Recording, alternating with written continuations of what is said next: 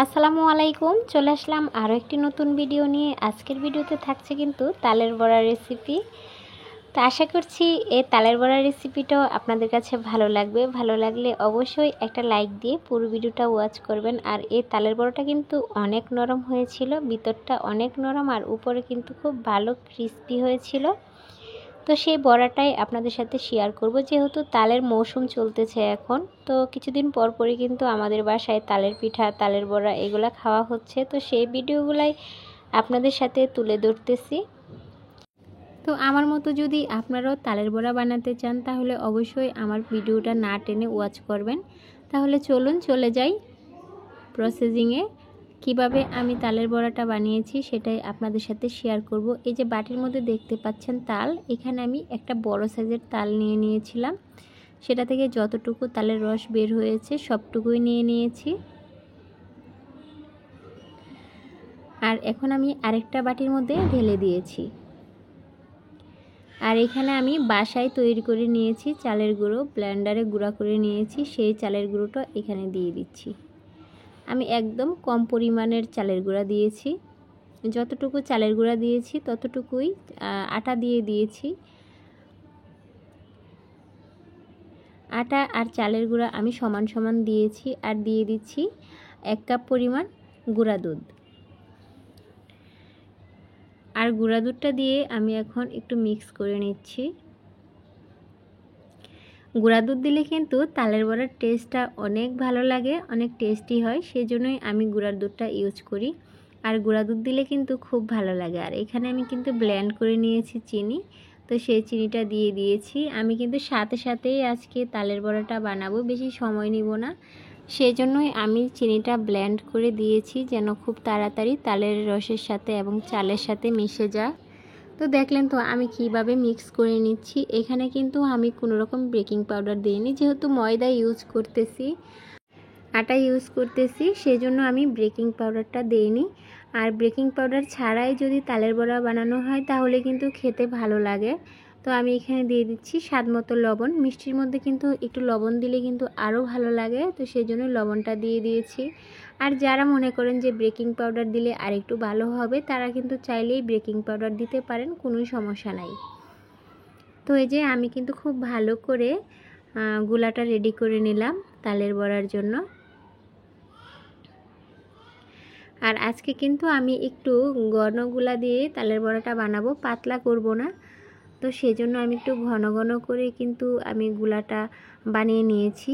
এই দেখুন আমি এরকম দিচ্ছি, দেখেন একদমই কিন্তু লেটে যাচ্ছে সাথে সাথে।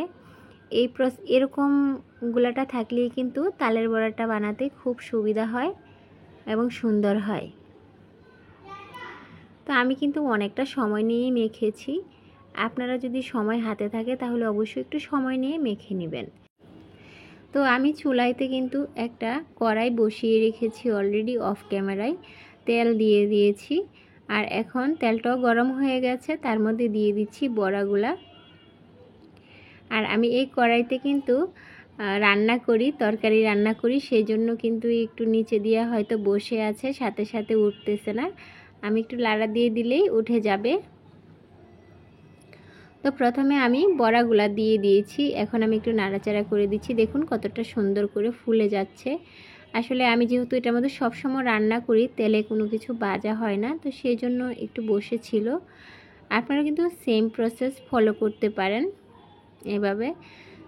তো দেখুন আমি কি সুন্দর করে ভেজে নিয়েছি। একটু সময় লাগবে, প্রায় 10 মিনিটের মতো সময় নিয়ে যদি বড়াগুলা ভাজেন তাহলে কিন্তু উপরটা অনেক ক্রিস্পি হবে আর ভিতরটাও খুব নরম থাকবে। আর আটা দেওয়ার ফলে কিন্তু অনেকটাই নরম হয়। বেকিং পাউডার ছাড়াও কিন্তু খুব সুন্দর ফুলে যায় তালের বড়াগুলা। আপনারা যদি এইভাবে বানান তাহলে অবশ্যই বুঝতে পারবেন যে আমি কি বলেছিলাম ভিডিওতে। আমি যেভাবে বড়াগুলা বানিয়েছি আপনারাও চেষ্টা করবেন ওইভাবে বানাতে, তাহলে কিন্তু পারফেক্ট হবে প্রত্যেকটা বড়া। তো আমি প্রথম বেজ ভেজে নেওয়ার পরে আরও এক বেজ দিয়ে দিয়েছি। এখানে আমার মোট 6 বেজ পিঠা মানে বড়া হয়েছিল। তো 6 বেজ বড়া কিন্তু অনেকগুলা হয়েছে। তো আমরা কিন্তু পুরা বাড়ির মানুষে খেয়েছিলাম, খুব ভালো হয়েছে। আপনারাও কিন্তু ট্রাই করতে পারবেন এভাবে। এখন আমি কড়াইটা একটু ভরে দিচ্ছি, আর আমি কিন্তু আস্তে আস্তে করে এখন নাড়া দিয়ে দিচ্ছি যেন বড়াগুলা ভেঙে না যায়। দেখুন বড়াগুলা কিন্তু খুব সুন্দর ফুলে উঠেছে। তো আপনারা তো দেখলেনই আমি কিভাবে বড়াগুলা বানিয়েছি। যদি আমার এই ভিডিওটা ভালো লাগে তাহলে অবশ্যই চ্যানেল সাবস্ক্রাইব করে আমার চ্যানেলের পাশে থাকার অনুরোধ রইল। আর যারা যারা অলরেডি সাবস্ক্রাইব করে দিয়েছেন তাদেরকে জানাচ্ছি অসংখ্য অসংখ্য ধন্যবাদ। আর ভালো লাগলে অবশ্যই একটা কমেন্টের মাধ্যমে জানাবেন যে আমার আজকের ভিডিওটা কেমন হয়েছে, মানে তালের বড়ার রেসিপিটা কেমন হয়েছে, আপনাদের কাছে ভালো লেগেছে কিনা। আমাদের বাসায় কিন্তু সবাই এই তালের বড়া, তালের পিঠা এগুলো পছন্দ করে। তো সেই জন্য আমরা কিন্তু দু একদিন পর পরই তালের বড়া, তালের পিঠা এগুলো বানিয়ে থাকি। তো সেই ভিডিওগুলাই কিন্তু আমি আপনাদের সাথে শেয়ার করি। তো আমি কিন্তু এদিক দিয়ে আরও একটি ব্যাচ বেজে দেখাচ্ছি আপনাদেরকে। প্রায় 2 ব্যাচ কিন্তু অলরেডি বেজে দেখিয়েছি, আরও এক ব্যাচ বেজে দেখাচ্ছি। তো আমি প্রত্যেকটা বড়া দিয়ে দিচ্ছি।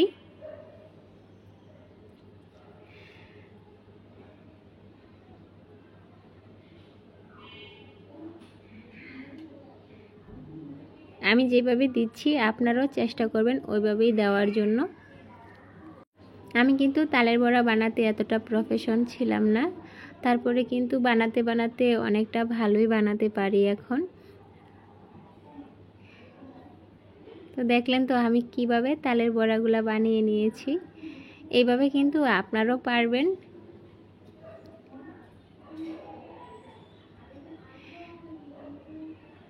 তো আমার তালের বড়াগুলা বানিয়ে নেওয়া হয়েছে, দেখেন কত সুন্দর হয়েছে ভিতরে। তো আপনারা সবাই ভালো থাকবেন, সুস্থ থাকবেন। আপনাদের সুস্থতা কামনা করে বিদায় নিচ্ছি। আল্লাহ হাফেজ।